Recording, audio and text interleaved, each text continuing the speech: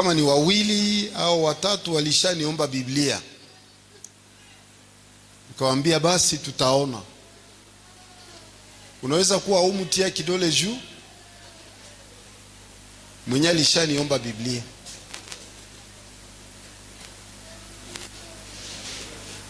Wapi? Kule nyuma. Simama tu, simama. Ni wewe peke tu.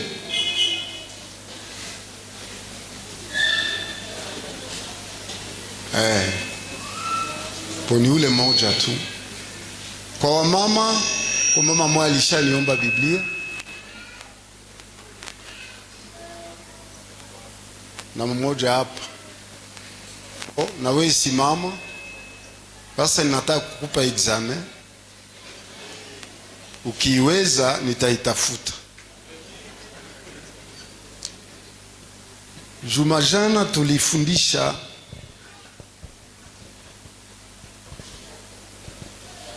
na tulikuwa na neno moja tulilozungumzia. Naomba unipe mshairi, ule mshairi, na useme mada yenye tulikuwa nayo, tuone kama unastahili Biblia. Basi kule nyuma kijana, tulikuwa na somo Jumapili iliyopita, na kila asubuhi waliofundisha walimu nao walipita, walikuwa wanasema kidogo juu ya ile. Tupatie verse na mada.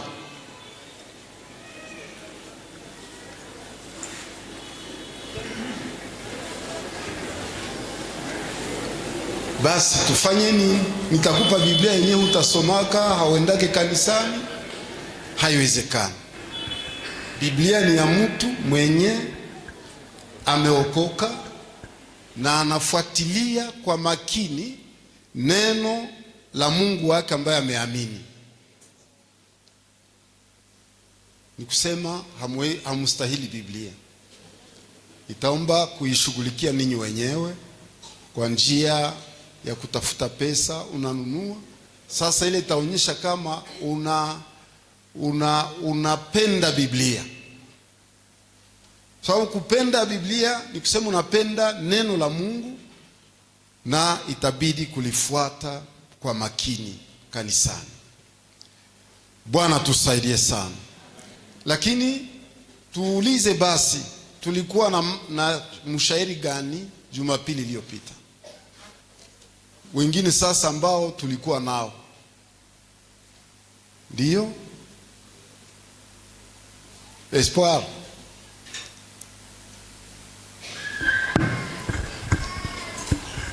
Shairi yenye tulikuwa nayo ilikuwa Mezali 21 na shairi yake 31.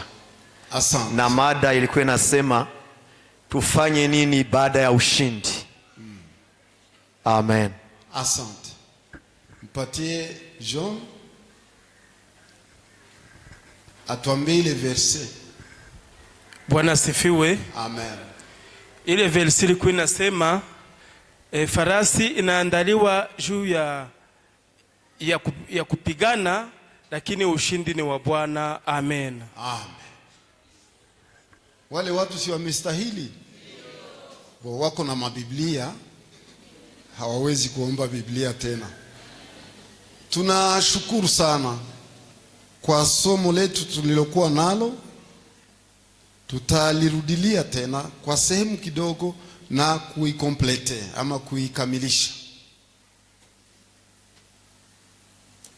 Mezali 21 ama 21 na mstari wake wa 31. Biblia imesema hivi: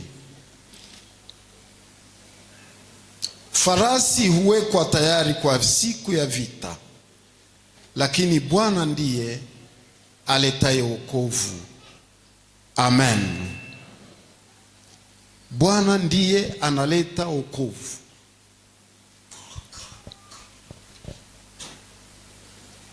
Alafu mada yetu ilisema baada ya ushindi ufanye nini? Ni ulizo kwako.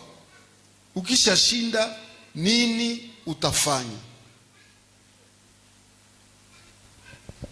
Kuna mwanaume mmoja ambaye alilima shamba lake,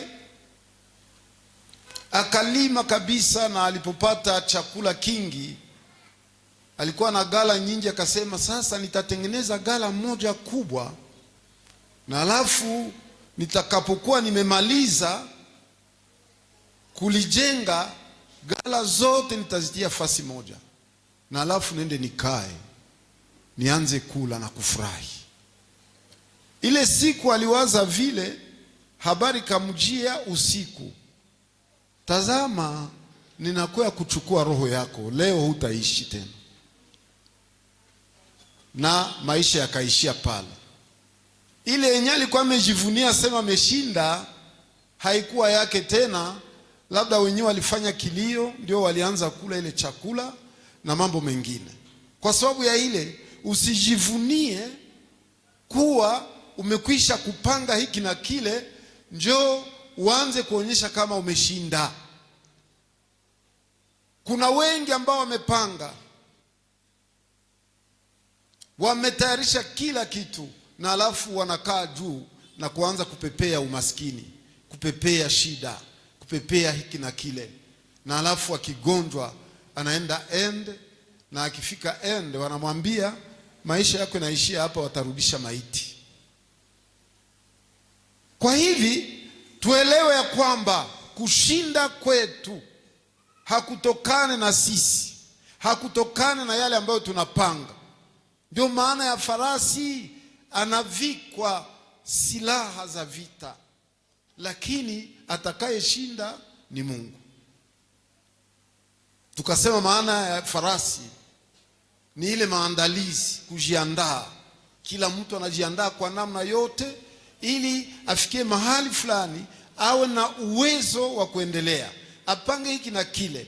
Lakini tukasema katika Yakobo, nilisema mshairi sikuelewa mzuri, lakini nilipochunguza nikaona Yakobo sura 4 mstari wa 14 hadi 16, ambayo ilisema ukisha kupanga useme hivi, Bwana akitaka, kwa sababu yeye ndiye yote, ndiye mwisho anayekamilisha mambo. Yakobo 4 mstari wa 14 hadi 16. Tunaweza kusomea ule mshairi kusudi tuendelee tukiwa tumekamilisha maana ya farasi. Maana ya farasi ni kuandaa kila kitu, na alafu katika kuandaa kule, wamoja wanasoma na wanapofikia juu wanapata diplome, wanapata grade, wengine wanapata diplome d'etat, wengine wanapata diplome ya universite kubwa, doktora na kadhalika. Basi wakisha kupata, wamoja mnawaonaka barabarani hapa, wakisha pata ka diplome tu ka 6e, wanaenda juu ya mamoto, wanaenda lewa, njo furaha yao ya mwisho ile. Na niliona kwa hii ya nyuma hapa, mmoja mbaya alikuwa amepata, basi kwenda kuona moto wanairarua, na yeye alikuwa juu yake, na maisha kaishia pale. Kasema sasa amefia nini? Sasa alikuwa ameandaa ule, kama angekuwa amepata diploma, sasa alipaswa kushukuru, kusema hapa sasa ninaenda maliza kila kitu. Lakini kumbe haujafikia mwisho bado katika kujiandaa. Farasi huvikwa silaha za vita, lakini pamoja na ushindi si farasi anayeshinda, lakini ni Mungu. Tunafanya kazi mbalimbali, kila mtu anatumika kwa namna yote. Mpendwa, unapotumika vikiitika, kwa mwisho useme Bwana usifiwe, lakini nimefanya hii na nimepata hiki kwa ajili yako. Unastahili sifa zako, unastahili kutukuzwa, unastahili kuinuliwa. Tunapanga mipango ya aina mbalimbali. Kila mtu, kama mtu angekosa mipango katika akili zake, ni kusema yule ni mgonjwa wa akili. Lakini kila mtu anapanga, lakini yule mwenye anapanga ndiye anakufaka tena. Kwa nini hawezi kupanga na uzima nao? Na uzima nao ninaupangia hivi nisikufe. Lakini pamoja na hiyo, wapendwa, mtu anaweza kupanga apate uzima. Ndio wale wanaenda kwa mahopito mbalimbali, lakini utaona kwa sababu haiko mtu ndiye anafanya, analeta neno la mwisho. Utaona yule ambaye ameenda kwa hospitali nzuri, huyu anakufa na huyu anapona. Kati ya wale, nani alipanga na nani mwenye hakupanga? Ile kwenda kwanza inamaanisha kwamba mtu amepanga kama hapashwe kufa, lakini atakufa tu. Kwa sababu ya hiyo, haiko wewe ndio unasababisha kuishi kwako, lakini kuna yule ambaye anasababisha. Kwa hivi tunaweza kuomba kabisa, kuomba Mungu atusaidie tusife. Tuliombea fuso isipite, lakini silipita kwa wamoja tu. Tuko tunaomba na wamoja tunawapeleka, sema ipo fuso imepita. Tunasikia santre fulani amekufa tena pale, mwimbaji fulani amekufa. Ni kusema kuomba haijasema njoo mwisho, lakini mpango uko katika mamlaka ya Mungu. Na halafu wao ukishinda, kama ukukufa kwa ile fuso, usiseme ni kwa sababu uliomba sana kuliko wengine, ulitakasika sana. Lakini wale nao walikuwa watakatifu, lakini hawako tena. Kwa sababu ya nini? Haiko wao ndio wako na neno la mwisho. Tusome Yakobo tusikie. Yakobo sura 4 tuanzie kwa 13 ndio naanza. Haya basi, ninyi msemao leo au kesho tutaingia katika mji fulani na kukaa humo mwaka mzima na kufanya biashara na kupata faida, walakini hamjui yatakayo kuwako kesho. Uzima wenu ni nini? Maana ninyi ni mvuke uonekanao kwa kitambo kisha kuondoka. Badala ya kusema Bwana akipenda tutakuwa hai na kufanya hivi au hivi. Amina. Amen. Tanguliza Mungu Bwana akipenda, lakini ukisema ninafanya hivi kusudi niepuke hiki na kile. Wangapi tangu wamekimbia vita huku miaka iliyopita kule, ukifika Kampala utakuta misalaba iko kule ya wenyewe walikimbia vifo. Wale ambao walikimbia mateso hapa hawako wengine, na wengine wako. Ukifika Ulaya kwenyewe unaendaga kule, wakati unafika kule utakuta tu fulani alishakufa. Nakumbuka tulikuwa na mmoja hapa Kupenwe, alikuwa mtumishi wa Mungu na kazi yake ilikuwa ni kuomba kabisa. Alikuwa anazunguka fasi mingi, naenda kwa fulani kwenda kuomba, alienda kwa fulani. Mwisho nasikia kwa wakati fulani aseme alikufa.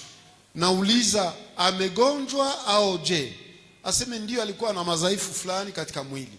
Wapendwa, maisha yetu kila kitu ni farasi. Kile ambacho tunapanga ni farasi ambayo tumeandaa, tunatayarisha kila kitu kusudi tusipatwe na magumu. Ni farasi ambaye tumeandaa, lakini farasi hawezi kuleta suluhisho la maisha yako. Jina la Bwana litukuzwe. Ni yeye tu. Na tukasema sasa, ndugu mpendwa, ushindi ni jambo ambalo kila mmoja anatamani, anatazamia katika maisha. Sasa tujiulize, baada ya ushindi nini utafanya? Baada ya ushindi ambao Mungu amekupatia. Mungu yeye anakuonaga, anajua maisha yako tangu kuzaliwa, kwa kabla hujazaliwa. Yeye anakujua. Unazaliwa anakujua, anaanzana na wewe, iko anakushughulikia moja kwa moja mpaka mwisho wa maisha yako. Wewe wakati umepata ushindi, haukufe kama vile wengine wamekufa, hauhombe sawa vile wengine wamehomba, haupoteze kitu kama vile wengine wamepoteza. Mawazo yako ni gani juu ya Mungu ambaye amekutendea yale? Kwa sababu ya hii, kitu ambacho tutajua ni kwamba Mungu peke yake amestahili kutukuzwa katika maisha. Kuna wengi ambao hawajali hata Mungu, wanaona kwamba Mungu hayuko, Mungu si kitu, lakini wanajiinua wenyewe katika maisha yao, wasijue Mungu ni nani. Lakini tulisema kazi ambayo tutafanya kwanza ni kumsifu Mungu. Mungu ana sifa zake ambazo tunaweza kumtajia yako. Kwa zile hakuombe bei, hakuombe kitu. Lakini Mungu sifa zake ni zile za kutangaza kwamba yuko mahali pote. Hakuna wawili ambao wako mahali pote duniani, wala haiko mbinguni na haiko duniani, ni mmoja tu. Ndio maana neno la Mungu linasema kwamba Mungu yuko mahali pote. Sifa yake ile hakuna naye lingana na yeye. Katika Zaburi ya 139 mstari wa 7 hadi 12, hapo tunakuta zile habari namna Mungu alivyo, hafananishwe na mwingine. Yeye akuwe mbinguni na iko hapa na iko dunia yote. Biblia inatuambia kwamba kiti chake kiko mbinguni na miguu yake duniani. Tutamjengea mahali gani, nyumba gani ambamo Mungu ataishi? Yeye anasema anaenea pote, anaenea, ni Mungu mkuu. Ulishapata ile fasi? Zaburi nasema nini? 139 mstari wa 7 hadi 12. Zaburi ya 139 mstari wake wa 7 anasema hivi: niende wapi nijiepushe na roho yako? Niende wapi niukimbie uso wako? Kama ningepanda mbinguni, wewe uko. Ningefanya kuzimu kitanda changu, wewe uko. Ningezitua mbawa za asubuhi na kukaa pande za mwisho za bahari. Huko nako mkono wako utaniongoza, na mkono wako wa kuume utanishika. Kama nikisema hakika giza litanifunika, na nuru inizungukayo ingekuwa usiku. Giza nalo halikufichi kitu, bali usiku huangaza kama mchana. Giza na mwanga kwako ni sawasawa. Maana wewe ndiwe uliyeniumba, mtima wangu uliniunga tumboni mwa mama yangu. Amina. Amen. Hizi ndizo sifa za kwanza zinazomstahili Mungu, ambazo unastahili kujua. Basi wale ambao wanajua hili kwamba Mungu yuko mahali pote, ni kusema iko hata mahali kwenye uko, ukitoka unaenda anajua. Tena wewe ambaye unastahili kumupa Mungu sifa na uingie mahali pale, utulie pale, wewe tena ndio unafanyaka dhambi kinyume cha Mungu wako. Kutukana uko, kuona wapasteri hawako hapa, wakristo wenzangu hawako hapa, unafanya dhambi. Unadhani ya kwamba yule ambaye alikuumba, aliye na maisha yako yote, kabla hujaumbwa yeye alikujua, na wakati umeumbwa amekujua, na wakati unaokuja, wakati haujafika, anakujua. Yule ndio nakosea. Sifa zake ziko wapi? Haumsifu, haumtukuzi, haumuinue. Ni mambo mengi, hatutakuwa na muda wa kuendelea nayo, namna ya sifa za Mungu zilivyo. Maana Mungu anajua yote, Mungu ana nguvu, Mungu ni wa ajabu, ni wa miujiza, Mungu ni wa milele, yeye hana mwanzo wala hana mwisho. Na tena Mungu habadiliki, ni Mungu yule yule. Ikiwa watu wanaweza kumfananisha, yeye hafananishwi na kitu chochote, na ni balaa kwa watu wengi ambao leo wanakamata Mungu, wanakamata miungu na wanaisimamisha badala ya Mungu, wakizani ya kwamba Mungu anafurahia hali yao hivyo. Mungu mwenyewe ni wa utatu, ni muujiza mmoja, awe watu tatu, nafsi tatu, na zile nafsi tatu zinatumika tofauti, lakini kwa ushirika na kwa shabaha moja. Mungu Baba muumbaji, Mungu Mwana mwokozi, Mungu Roho Mtakatifu kiongozi wa maisha yako. Ule utatu unafanya ishara katika maisha ya mtu, kwa yeyote yule ambaye anaona ya kwamba Mungu anastahili sifa zake, anastahili utukufu wake na vivi hivi. Basi kwa sababu ya hiyo, kitu utafanya katika maisha baada ya kuona ushindi, kama vile tumemaliza ule mwaka uliopita na tulikuwa na mtetemeko, vita vilikuwa tangu mwezi wa kwanza pale mpaka hivi vita vingali, lakini kuna wengi ambao katika maisha yao waliahidi, nikifika tu mwisho wa mwaka nitakushukuru, nikifika mwisho wa mwaka nitafanya hili na lile. Wengi wanapana ahadi lakini zenyewe hawatatimiza.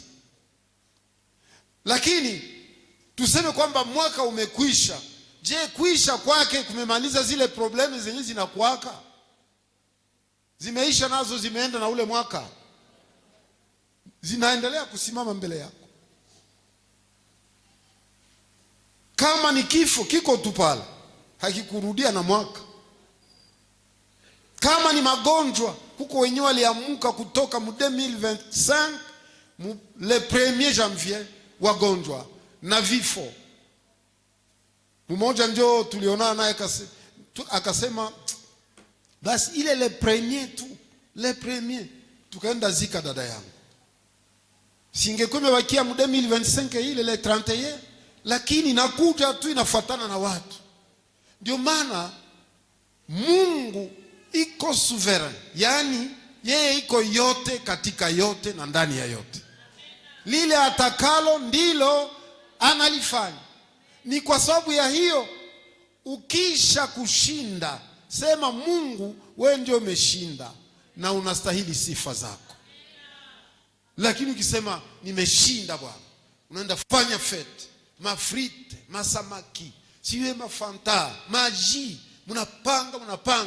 Mungu iko na sehemu gani katika vile vyenye mko mnatumia pale? Si ni sabotage ile?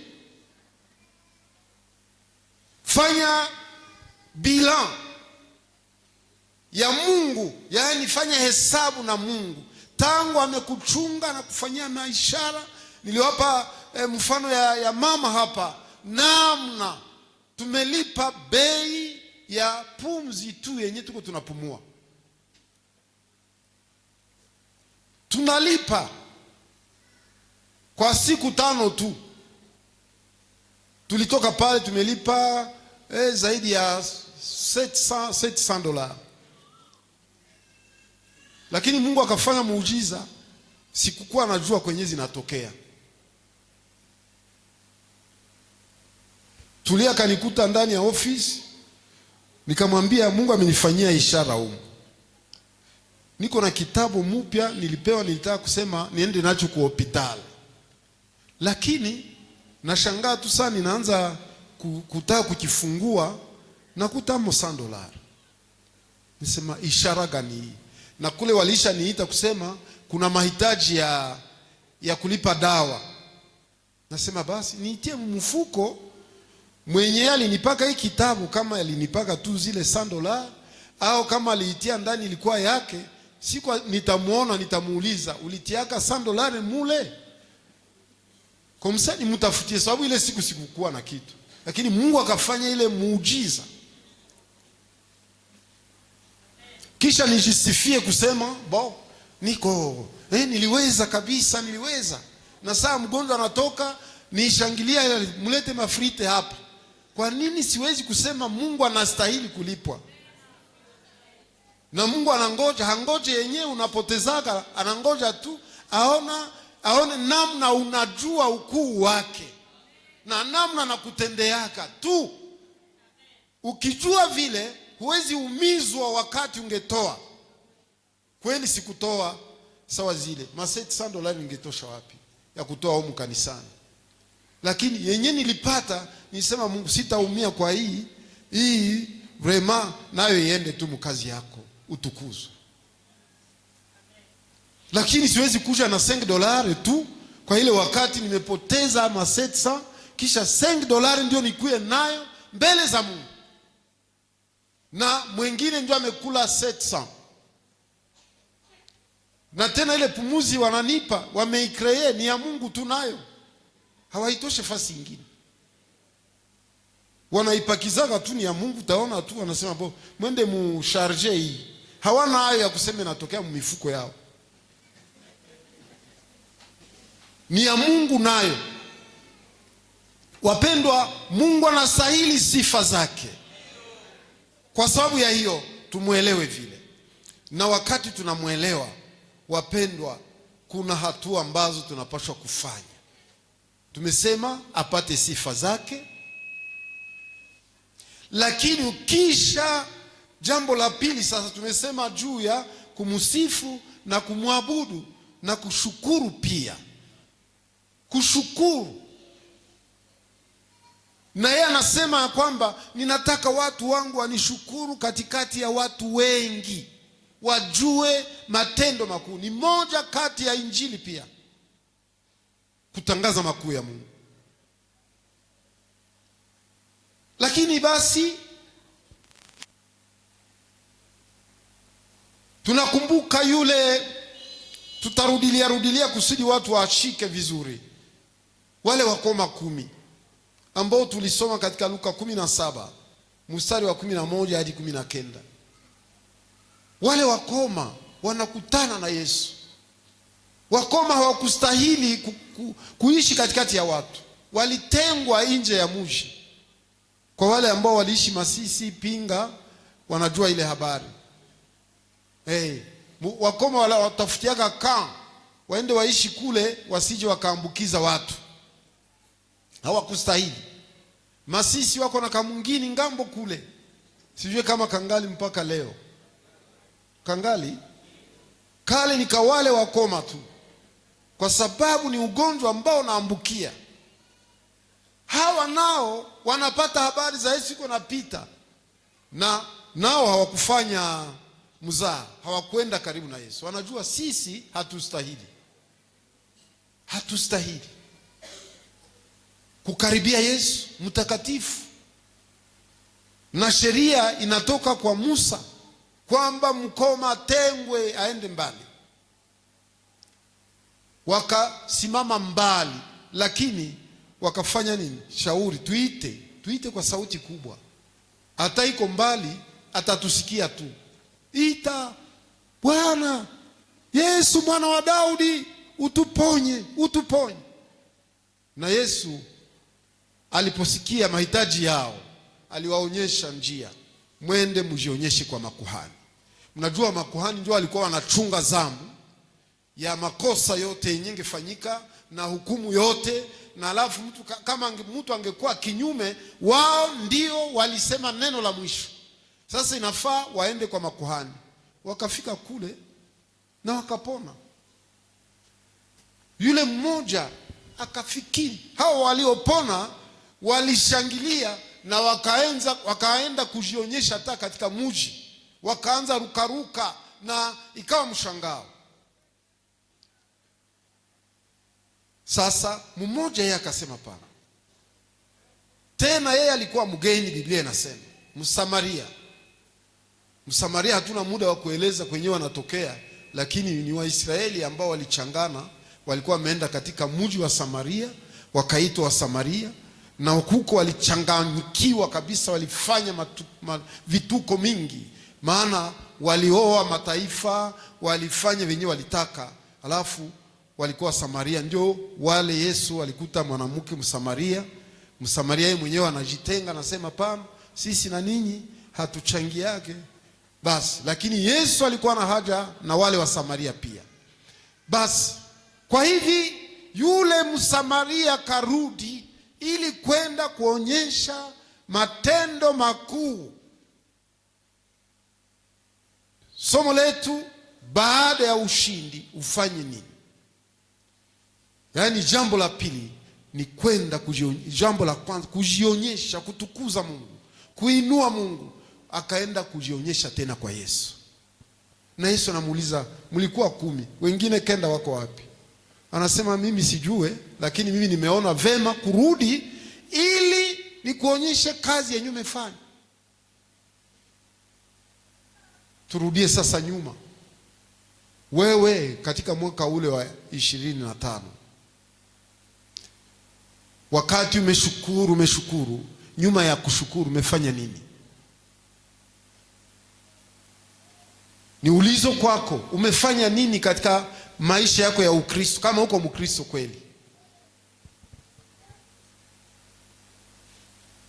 Kama uko Mkristo utajua kushukuru. Yule akaongezewa neno ambalo wale hawakwenda nalo. Walienda tu wameponya miili yao, wanaweza kupata hiki na kile, lakini kitu ambacho aliongezewa huyu Msamaria ni umeokoka. Jina la Bwana libarikiwe. Si mnajua tunaweza kuwa humu wengi na si wote tunaimbaka tu. Utasikia wengine aseme twende tusifu, tuabudu, tucheze na kadhalika. Kumbe huko unachezea bure, haujaokoka bado. Unazijisumbua bure. Tunaweza kuwa wengi humu bado wokovu, kwa sababu umtie Mungu kwa nafasi yake. Unamkamata tu sawa kawaida ya dunia, namna wapagani wanamkamata, ndio vile na wewe unamkamata. Mungu ni wa kuogopesha. Tumesikia kwamba yeye yuko mahali pote. Nani mwenye yuko mahali pote kati yetu? Nani anayejua yote kati yetu? Nani aliye na nguvu kuliko watu wote mjini hapa? Tumesikia kuna chama ya kina nguvu, lakini mpaka pale, kama wangekuwa na nguvu zaidi, si wangepenya tusikie wako Kinshasa leo? Kusudi tuwe na uhuru kamili. Lakini Mungu peke yake ndiye ana nguvu, anaweza yote, tena ni watangu milele. Nani katika viumbe vyote tulivyosikia kwamba huko kiumbe moja kilikuwa tangu milele mpaka hivi kingali na tuko tunakitazamia, isipokuwa Mungu mwenyewe.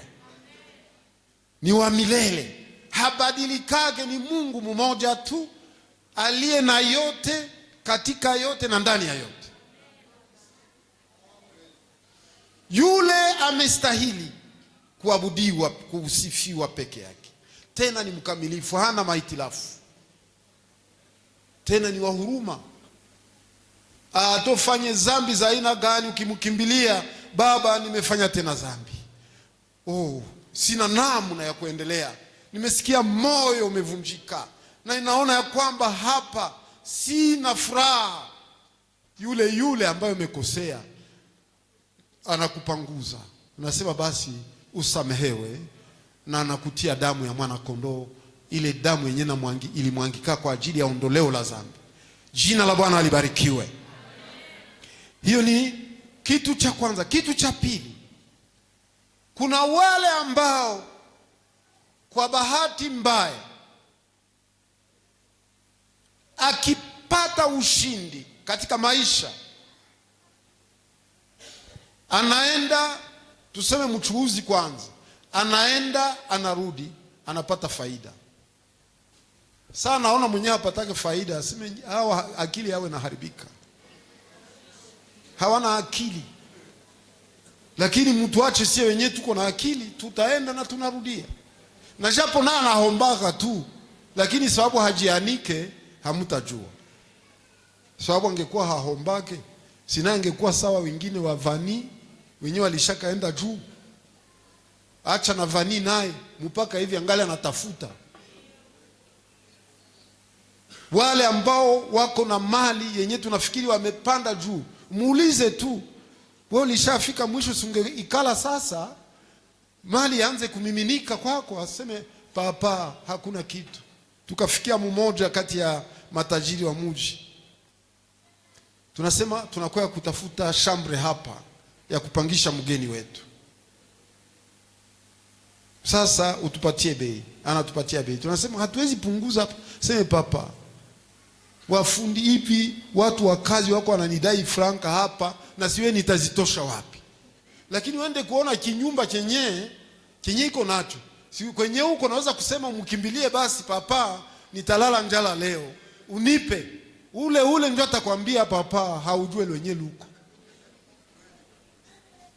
Benye wako na manyumba hapa makubwa makubwa. Ndio maana katika nukta ya pili, uwe mnyenyekevu unapokuwa umeshinda. Nyenyekea. Sababu mwenye alikupa kwanza yeye hainukaki. Mungu hajiinuaki na hawezi jitapa. Yeye anasema tu uje kwangu, ujifunze kwangu. Mimi ni mnyenyekevu wa moyo. Si ndio vile Yesu anasema? Yeye ni mnyenyekevu. Na sasa we mwenye uko amekutendea yaliyo mema, we ndio natakaka upande tena juu ya Yesu. Mungu yeye anasema anawapinga wenye kiburi, bali huwapa wanyenyekevu neema. Yakobo sura 4 mstari wa 6. Nyenyekea. Unapokuwa umeshinda mwaka jana, umeshinda kila kitu, umeshinda hiki na kile, nyenyekea sasa, mwambie Bwana, ninanyenyekea mbele zako. Maneno yako uyapime. Yale ambayo utaongea na watu wengine uyapime, uyachunguze. Waswahili ndio wanasema pitisha ulimi mara ngapi ndio iwe kusema. Asema mara 7. Mara 7 wanataka kumaanisha kwamba wakamilishe, sababu 7 inamaanisha kamili, ni hesabu ya Mungu. Ukamilishe maneno ambayo utasema mbele ya mtu. Nyenyekea. Yakobo sura 4 mstari wa 6 nasema, sura 4 mstari wa 6. Mstari wa 6 inasema hivi: lakini hatujalia sisi neema izidio. Kwa hiyo husema, Mungu huwapinga wajikuzao, bali huwapa neema wanyenyekevu. Amina. Amen. Yule ambaye ananyenyekea baada ya kubarikiwa, Mungu anamupa neema. Amen. Lakini ukipanda juu, kwa siku chache utashushwa. Nasema huwapa neema wanyenyekevu, lakini wenye kiburi huwashusha. Kumbuka, aliyekuinua ni yeye anaweza kukushusha pia. Zaburi ya 138 mstari wa 6. Aliyekuinua ana uwezo wa kukushusha. Usijivune mbele yake wala mbele ya kiumbe chake. Na anafanya ile akiwa na malengo. Mungu hawezi kukubariki kwa bure. Hawezi kukuinua kwa bure. Hawezi kukupatia ushindi kwa bure. Anakupa ushindi kwa sababu ya jambo lingine, sababu ya jirani yako, labda sababu ya rafiki yako, ndugu yako, kusudi na yeye apate kuona mkono wa Mungu kukupitia wewe. Mungu anatumia vitu, hatumia yake hewa. Anatumia watu kwa kubariki watu, si ni hivyo? Sasa wewe akikupatia, usizani amekupatia sababu anakupenda wewe mwenyewe. Anapenda na ule wa pembeni yako. Sasa nakutumia wewe ushuke, ili umubariki huyu aliye pembeni yako, na yeye aone mkono wa Bwana. Jina la Bwana libarikiwe. Mara ngapi umezarau mwenzako ambaye hana kitu sawa wewe? Mwenye alikosa akilalamika tu, nani njoo alitaka huyu mwingine hapa kuma, si arudie kwao. Sasa wewe ulitokeaga koni? Sina wewe ni wako mwingine tu.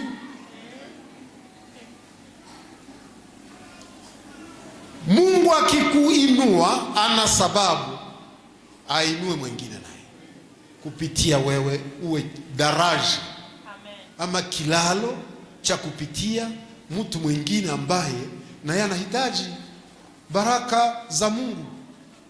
Na Mungu ni mzuri, hawezi kutaka baraka zitokee ndani ya ufike tu ubarabara uanze kutana na madolari pale. Utazikamata? Si utasema hizi mara hiyo zinakuja. Unaanza logota, labda kwa bahati mbaya unasema nimepata kabisa, Mungu amenikumbuka. Zingine zinakuja, si utazikimbia zile? Lakini kama ziko zinatokea katika mkono wa mtu, kiumbe cha Mungu, utasikia kubarikiwa. Ndio maana Mungu anainua watu wake moja kwa moja ili wainue wengine. Ulishasoma ile Zaburi ya 138 mstari wa 6 ya 138 nasema hivi: ingawa Bwana yuko juu, amuona mnyenyekevu, naye amjua mwenye kujivuna tokea mbali. Amina. Wenye kiburi anamjua, ule ni wa kiburi. Na mara kwa mara wenye kiburi wanavunjika mbio, wanakutana na mambo hawahesabu. Ni kuona sasa kama iko na mamwaye, anaanza kuona wengine. Kwanza ule hakuwage na akili ule, si tuliko mara tunaye ona vyenye anafanyaka. Mpendwa, Mungu amekufanya jinsi ulivyo kusudi umfae yule, umtoshe katika ile hali aliyo nayo iliyo mbovu. Kama uko na akili sawa, tumia ile akili kwa watu wote, asije akakuvunja ukabakia tena namna ulivyokuwa. Mezali 3 mstari wa 34. Mbele tunaingia kwa hii nukta nyingine ya tatu. Mezali 3:34 ama 34. 34 ya Mezali 3 inasema hivi: hakika yake humudharau wenye dharau, bali huwapa wanyenyekevu neema. Amina. Amen. Mwenye kudharau mwengine, sasa Mungu yeye anamdharawaga zaidi, anamfanya kuwa sikitu, anamfanya kuwa sikitu mbele za watu. Usijivune, usidharau mtu mwingine asiye na kitu, maana jinsi amekufanya anaweza kufanya mwingine vile, na Mungu anachaguaga vile anataka. Muinue kichwa ya huyu ainuke. Ni shetani anafanya kile kitu kwake. Ujikaze, uinue uso hivi, unione, usiogope. Inua uso kijana. Pamoja na hiyo, tumesema nukta ya tatu, unaposhinda, umepata ushindi katika maisha, unaanza kufanya hiki na kile, kinawezekana. Sasa hatua ya tatu ni kubariki na kuwainua wengine. Tumesikia pale, bariki na kuinua wengine. Nakumbuka hapa kulikuwa kikundi kinaitwa Tuinuane.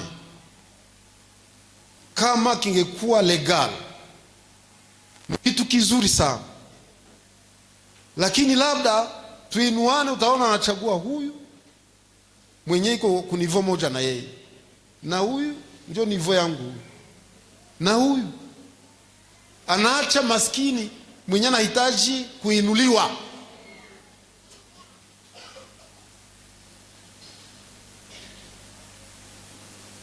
Ushindi wa kweli una maana wakati unapogeuka kuwa baraka kwa mtu mwingine.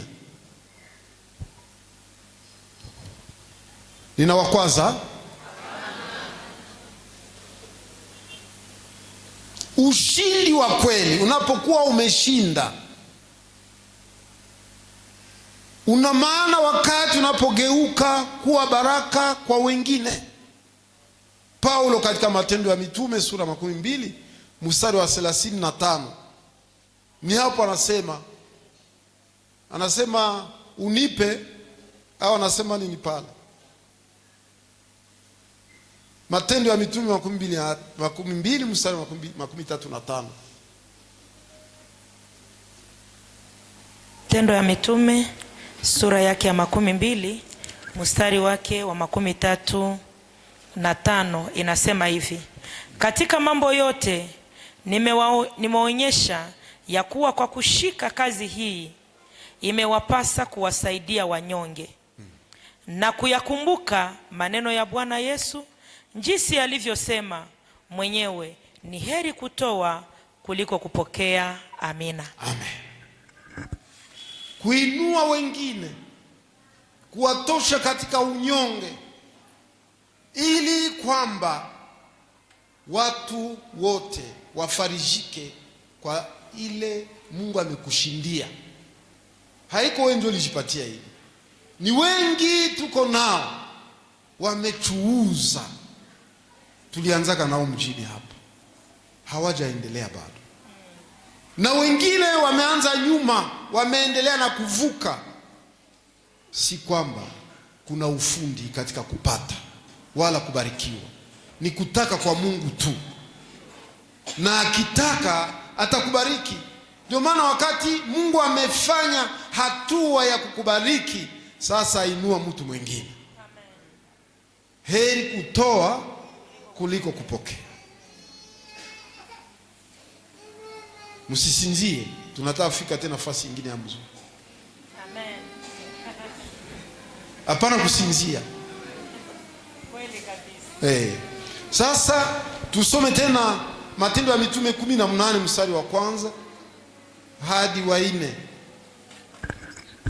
Matendo ya Mitume 18 mstari wake wa kwanza nasema hivi: baada ya mambo hayo, Paulo akatoka Atene akafika Korinto.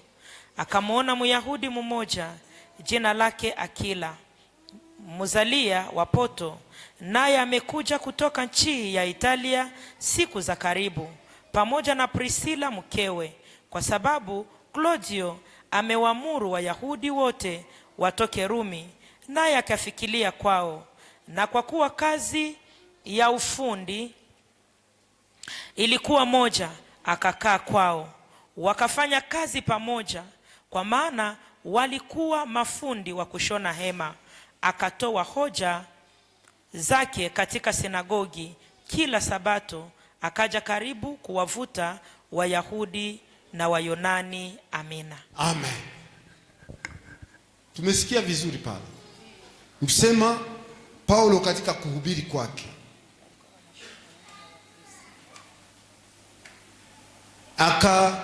akasafiri kutoka katika mji fulani na kwenda katika mji mwingine,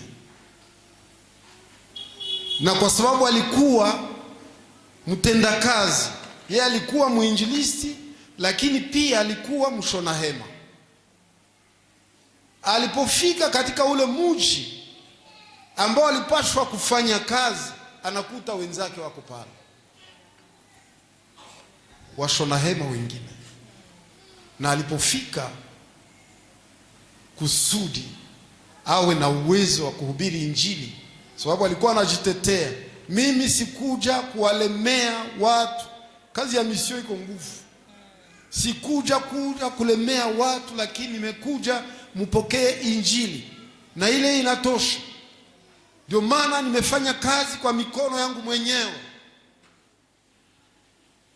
kusudi kati yenu kusio watu wanaokwazika wanaposikia Injili, na alafu ninawatega mikono tena hivi. Ndio sasa anafika katika ule mji, anakuta kuna watu wengine Wayahudi, na alipokuwa amewakuta pale, kwa sababu aliwakuta wakiwa na kazi ya kushona, nao wakamuintegre. Si ndio lugha tunakuaga nayo hapa, wakamuintegre. Ewa, hivi unajua ile kazi, na wewe ikala hapa tushone mahema pamoja. Jina la Bwana libarikiwe. Kumbe ukiwa na kazi, integre mtu mwingine.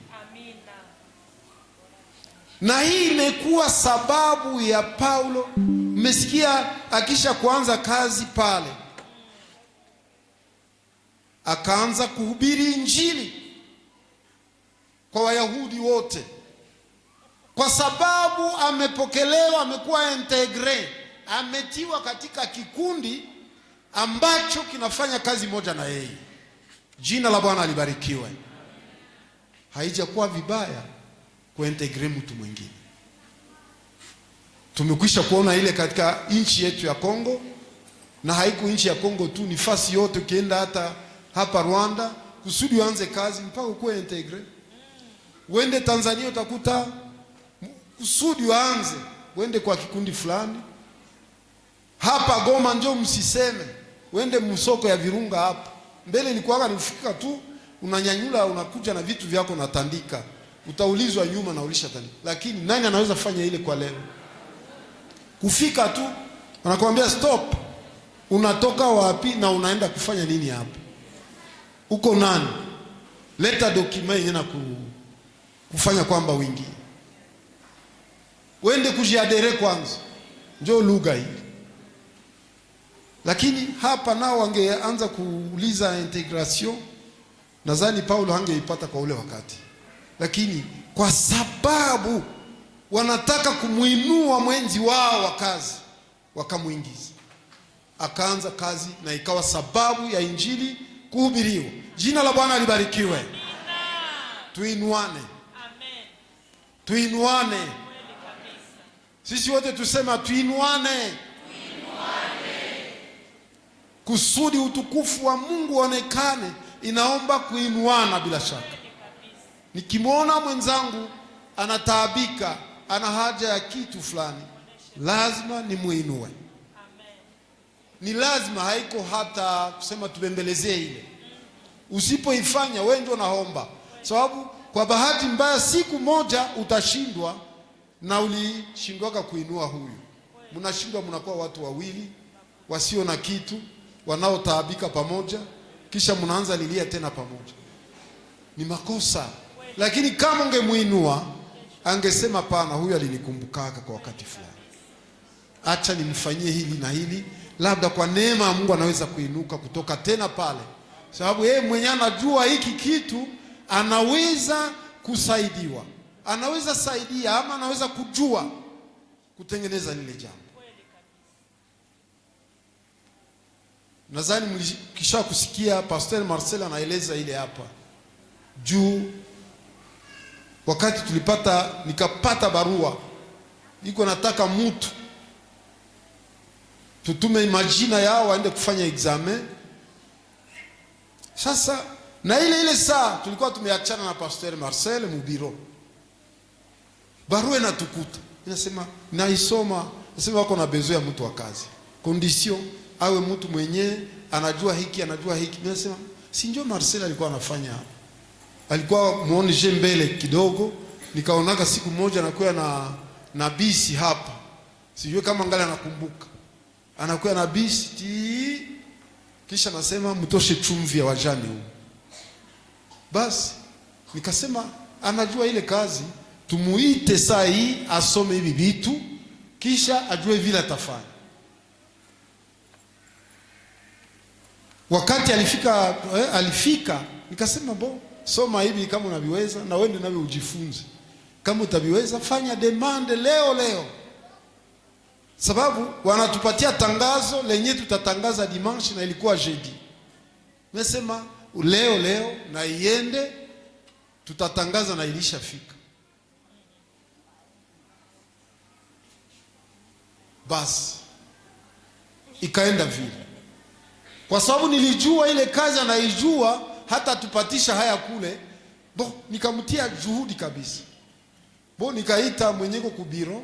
Ninasema eske mtu akileta barua sai unaweza kuipata uipokee? Tuko na barua yenye tunakutumia. Akasema niko muvile, lakini nitakuwa kwa saa nyingine. Nikamwambia Pastor, uende tu na ili barua demande yako, ufike pale uichomeke chini ya mlango, sababu yeye ndio atafungua tu. Saa atafungua, atafika na anaikuta. Alafu tuwe mwa kwanza kama wengine watafika, na hivi naeneza kalite condition na zieneza pale, umepita tu. Watakuwa wanasoma vingine vya kukwea nyuma, na wako wanasema ile ya kwanza yeye anaeneza condition. Basi wengine tukatangaza, na nikaanza badekuraje hata hapo. Mimi naambia masomo yako kwanza haifanani ile kazi. Tuache ule mmoja mwenye alishaenda.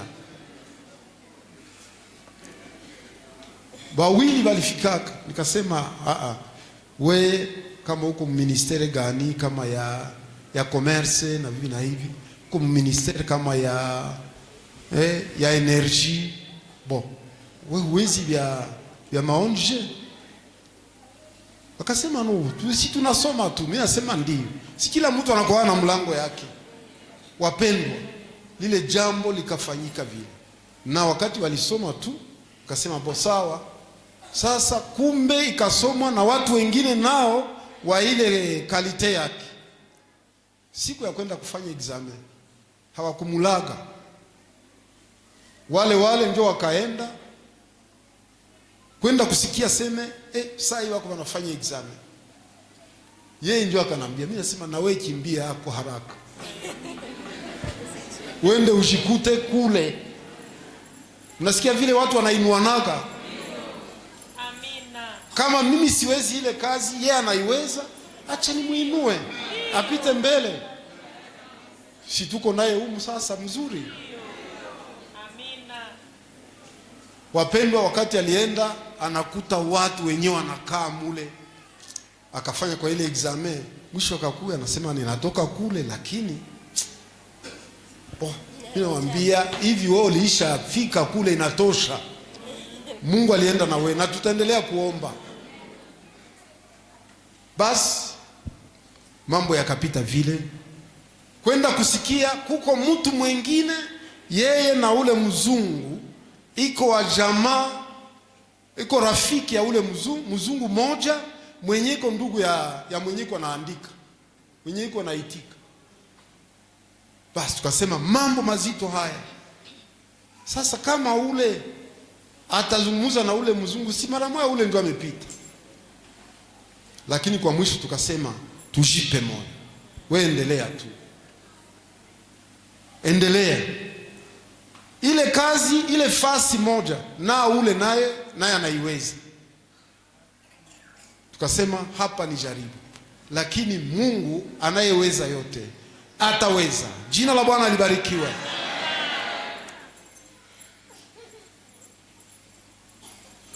Ule wakati pastor yeye dokima zake zinajibu na wanasema huyu ndio anastahili ile fasi. Sasa huyu wa pili naye tufanye nini? Akalipa bato mpaka Bukavu, ndio kuko ndugu yake na huyu dada mwenyewe iko na anasema neno la mwisho. Wapendwa, wakati alifika kule, ule akampa recommendation, dada, huyu mtu anastahili ile fasi. Wakati imefika sasa, ni pastor ndio alikuwa anatuelezea vile vya nyuma. Wakati imefika atafanya nini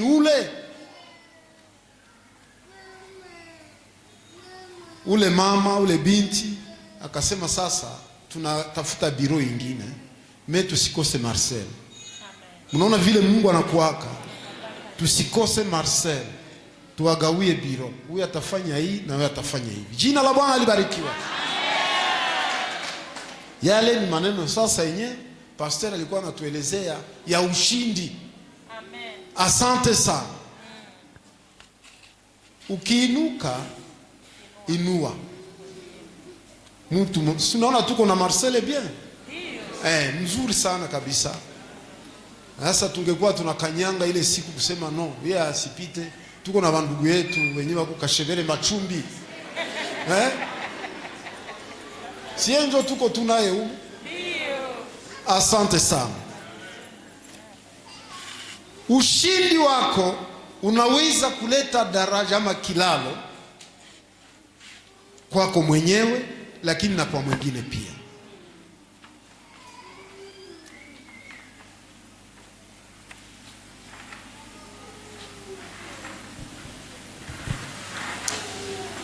Wewe ambaye umeshinda, kuna mtu ambaye amekata tamaa, hawezi tena, alishapandisha macho mbinguni hapate majibu, juu ya milima hapate majibu. Kitu moja atafikiria tu, hapa basi maisha yamepita, maisha yamepita, sina jambo lingine. Wapendwa, wewe ambaye uko na uwezo kuliko yule ambaye amekata tamaa. Walio chini hawana msaada tena, lakini wanahitaji faraja yako, uwafariji waliokata tamaa katika maisha na kuonyesha upendo wa Kristo ndani yako. Kuonyesha upendo wa Kristo ambao Kristo alikupenda na wewe umupende yule. Wapendwa wa Kristo, tuinuane tukisha kubarikiwa, itakuwa baraka tele. Katika Wakorinto wa pili sura 8, sijui kama ile Kiswahili tasimolea mzuri, 8 mstari wa 9 na kuendelea kidogo.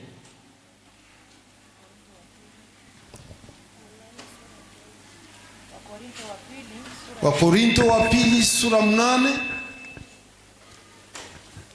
kenda inasema hivi, 8:9 ya Wakorinto wa pili tafika 15. Nasema hivi, maana mumejua neema ya Bwana wetu Yesu Kristo, jinsi alivyokuwa maskini kwa ajili yenu, ingawa tajiri, ili kwamba ninyi mupate kuwa matajiri kwa umaskini wake. Nami katika neno hili natoa shauri langu, maana neno hili la wafaa ninyi mliotangulia yapata mwaka, licha ya kutenda hata na kutaka pia. Lakini sasa timizeni kule kutenda nako, ili kama vile mnavyokuwa tayari kukaa, vivyo hivyo mukawe tayari na kutimiza kwa kadiri ya mulivyo navyo. Maana kama nia ipo, hukubaliwa kwa kadiri ya alivyo navyo mtu, si kwa kadiri ya sivyo navyo. Maana sisemi hayo ili wengine wapate raha, ninyi mupate ziki, bali mambo yawe sawa sawa.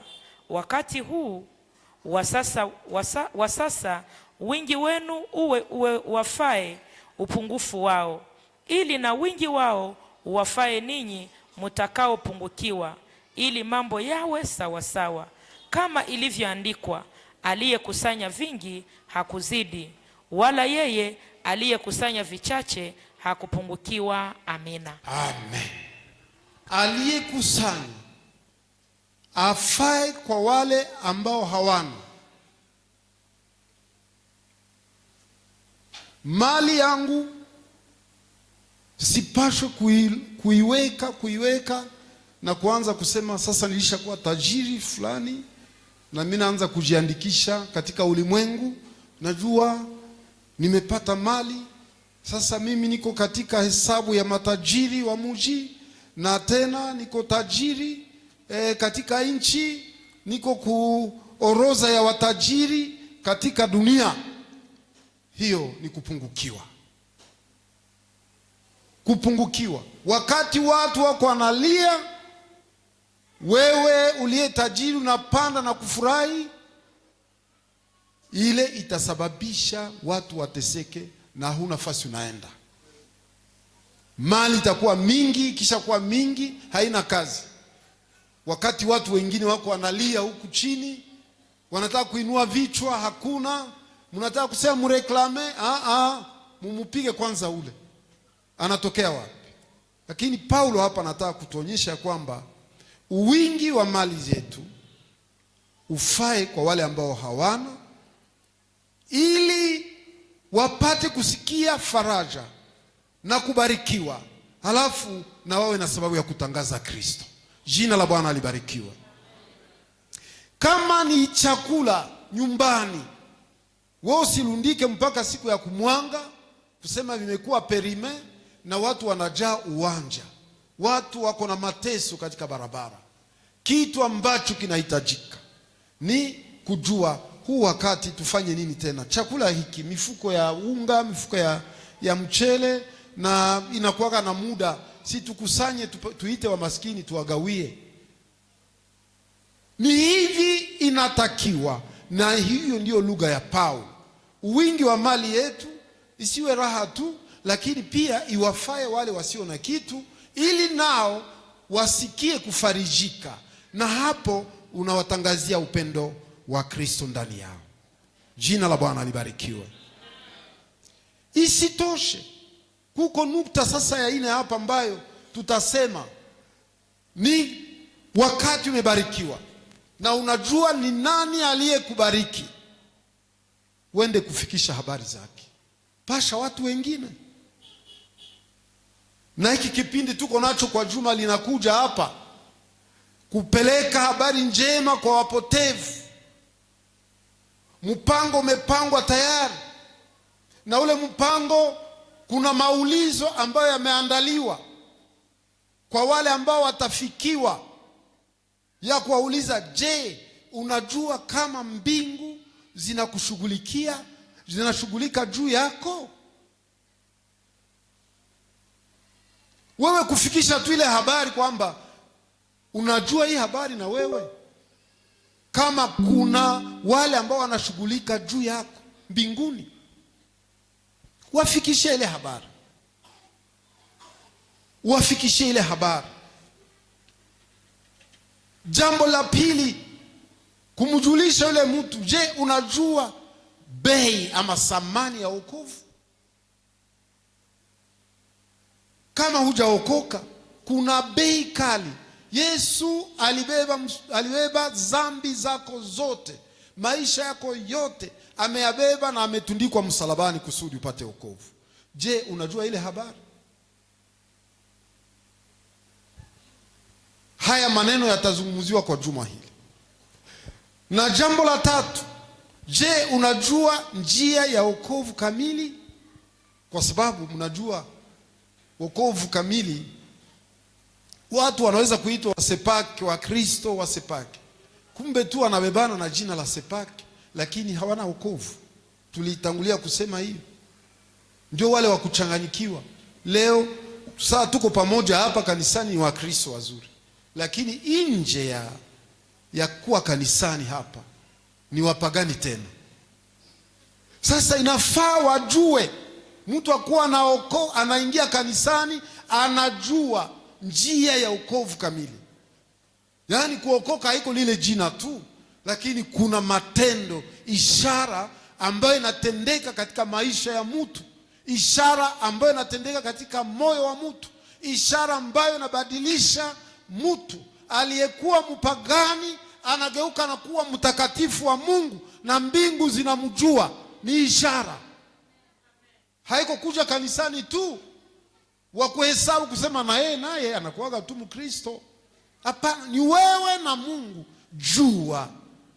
Jua njia ya wokovu kamili. Hapana kuingia kiholela kanisani.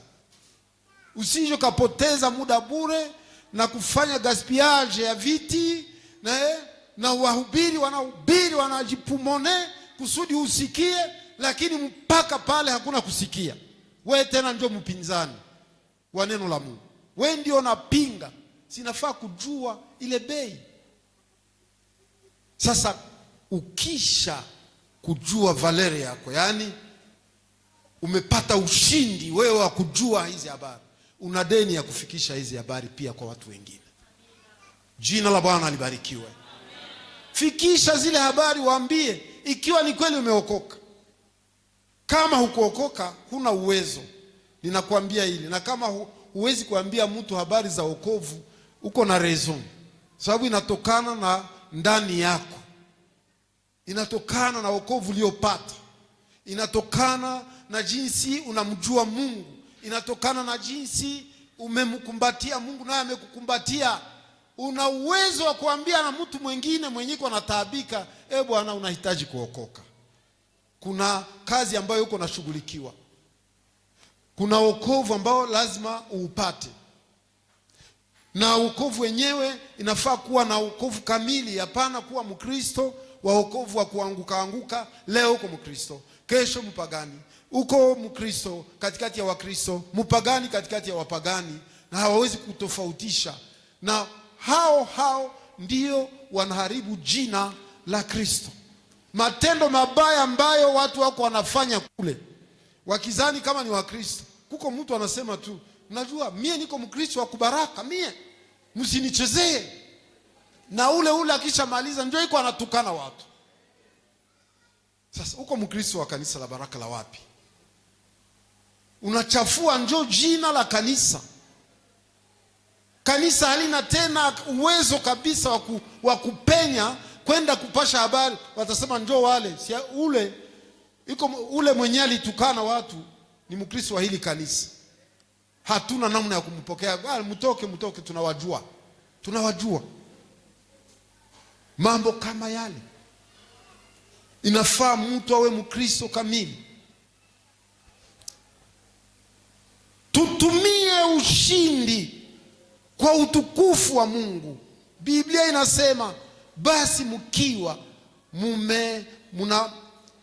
munakula wala munakunywa, fanyeni yote kwa utukufu wa Mungu. Munaimba, munahubiri Injili, munafanya hiki na kile, fanyeni yote kwa utukufu wa Mungu, ili Mungu wa mbinguni ajue kama alikutendea nini katika maisha yako. Na kuna matokeo baada ya kufanya hizi kazi ambazo tumetaja hapa. Baada ya ushindi utakuwa na uhusiano na Mungu bila shaka. Kama umetenda haya, umekuwa mhubiri mzuri, elewa ya kwamba utakuwa umefanya kazi na Mungu atakushiriki katika mambo yako. Kukiwa shida, unaweza kumwelezea Baba, nina shida, na wewe ndio unaweza kuitatua tu. Mwanadamu hawezi. Mungu anahusika na wahitaji au wenye shida ambazo zimekabili mtu. Mungu anahusika nazo. Kwa wale ambao wamejitahidi kujua matendo makuu ya Mungu. Mfano ya Dorika. Dorika anashona, anapata kazi kabisa mzuri, na hii kazi anaitumika vizuri. Akasema kuna wahitaji. Alikuwa couturier, mtu wa kushona. Akakuwa anashonea wamama, wajane, kuwashonea mavazi. Sasa siku moja kagonjwa na akafa. Lakini wale wajane ndio walienda kumbusha. Wanasema hapana, Dorcas hapana. Yeye hawezi kufa. Wakakimbilia Petro kwenye iko katika mji mwingine. Wakaenda muita, ule mwenye anatuhudumiaka amekufa, na sisi hatutaki ukuje mara moja umuombee Petro. Na jambo lile likafanyika. Petro alikuja haraka. Alipofika kwenye Dorika iko, akasema ninyi wote mtoke. Na anaingia katika chumba. Akainua mkono wake juu ya Dorika, akaita jina la Bwana, umponye atoke katika wafu kwa jina la Bwana, amen. Na Dorika kasimama. Jina la Bwana libarikiwe. Walikumbusha nini? Matendo yake. Baada ya ushindi alitumikisha matendo yake, na hii ikawa moja ya sababu ya kumfufua. Mnajua habari za Hezekia aliyekuwa amefikia mwisho na ujumbe ukafika, Hezekia utakufa. Na yeye anakumbusha Mungu, kumbuka yenyewe nilikuwa nafanya katika kazi yako, sikukosea. Sasa habari ya kukufa unanitumia hayo namna gani? Mungu akasikia, akamuelewa, akasema nitakuongezea tena kenza miaka 15. Wewe mwenyewe umefika kuukingo hivi, kisha wanakuambia kenza tena. Si ni baraka zile? Sababu ya nini? Alimkumbusha sadaka alizotoa, alimkumbusha kila kitu, na hivi Mungu akamubariki. Yaani katika ushindi wako ukitumika sawa vile inavyostahili, utaendelea kubarikiwa. Jina la Bwana libarikiwe. Amen.